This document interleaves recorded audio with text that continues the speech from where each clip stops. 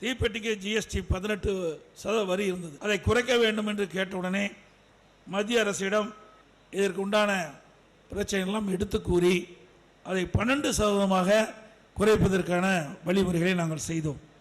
அதே போல தீக்குச்சி மரத்தை இறக்குமதி செஞ்சு 5% மாநில அரசு வரி வைத்தது. மாண்பு அம்மா அவர்கள் முதலமைச்சர் இருந்த காலகட்டத்தில் இந்த 5% வரி இந்த தொழில் செய்கின்றவர்கள் கடுமையாக பாதிக்கப்படுகிறார்கள் என்ற செய்தியை மாண்பு அம்மா அவர்களிடத்தில் எடுத்து சொன்னவன் உடனடியாக மாண்பு அம்மா அவர்கள் 5% வரியும் ரத்து செய்தார்கள். அதே போல் எப்பொழுது இந்த தீப்பெட்டிக்கு ஒரு நெருக்கடியான சூழ்நிலை வந்திருப்பதாக இங்கே குறிப்பிட்டார்கள்.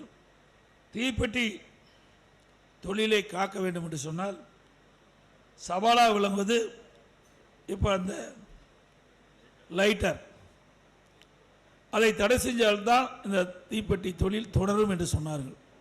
அதற்கு அனைத்து இந்திய அண்ணா திராவிட முன்னேற்ற கழக சட்டமன்றத்திலேயே தனி தீர்மானத்தை கொண்டு வந்து அந்த அரசுடைய கவனத்துக்கு கொண்டு வந்தோம்.